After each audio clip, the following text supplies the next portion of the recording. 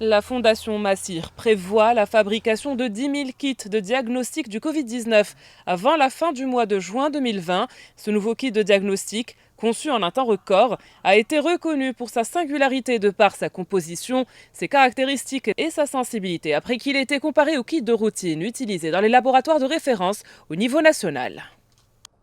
Le mix du kit de diagnostic développé par Massir est un kit unique par sa composition, par ses caractéristiques et sa sensibilité. Ceci a été démontré lorsqu'il a été comparé au kit de routine utilisé dans les laboratoires de référence aujourd'hui au niveau national. Alors notre kit, une fois qu'il a été validé au niveau laboratoire, il a fait l'objet de validation clinique sur 450 échantillons de patients infectés par le Covid-19 et ça a démontré une concordance à 100%. Le kit se présente comme un petit boîtier que vous voyez ici. À l'intérieur, il y a 3 tubes.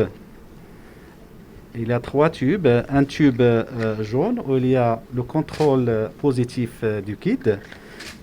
Un deuxième tube vert où il y a les gènes spécifiques qui reconnaissent le gène du virus. Et un troisième tube qui contient aussi le contrôle interne pour faire la réaction de PCR en temps réel. Le Centre de biotechnologie médicale est une structure qui héberge les travaux de recherche d'une équipe depuis une dizaine d'années autour de 2 axes. Le développement de kits de diagnostic moléculaire de certaines maladies infectieuses et cancéreuses prévalentes au Maroc et en Afrique et le développement d'une plateforme dédiée aux médicaments biosimilaires. Dès l'apparition de la pandémie, il y a toutes les équipes de la Fondation qui ont été mobilisées à partir de la direction, en passant par les équipes au support jusqu'au plateau technique avec les chercheurs, pour essayer d'apporter une solution qui soit efficace à 100%, efficiente et fiable, et qui répond aux exigences internationales. L'équipe qui a travaillé sur le projet elle est constituée par 5 membres, qui sont constitués par des chercheurs et des bio-ingénieurs, qui sont vraiment acharnés pendant une période de 2 mois pour qu'ils puissent vraiment développer ce test et le valider cliniquement. Parce que le test, normalement, à partir du moment où on le développe à l'échelle de laboratoire, il faut qu'on s'assure de sa qualité. Et donc on fait une validation clinique. Ce test a été soumis à une série de processus de validation dans des centres biologiques et virologiques de référence au niveau national et international, parmi lesquels ceux des Forces armées royales, de la Gendarmerie royale ainsi que de l'Institut Pasteur de Paris. Le centre de biotechnologie médicale de Massir a été challengé pour développer le test de diagnostic du Covid-19. Depuis que l'OMS a déclaré que le Covid-19 est une pandémie, donc la Fondation Massir a mis à notre disposition tous les moyens nécessaires pour réaliser ce test. Donc ce kit a été développé au sein du laboratoire de biotechnologie médicale à l'Institut Massir.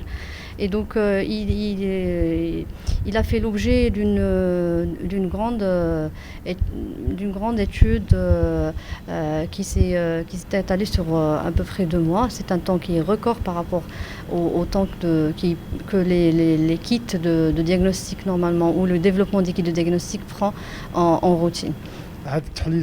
Ce test que nous avons développé au sein du laboratoire a été soumis à une série de processus de validation dans des centres biologiques et virologiques de référence au niveau national et international, parmi lesquels ceux des Forces armées royales, de la Gendarmerie royale ainsi que l'Institut Pasteur de Paris.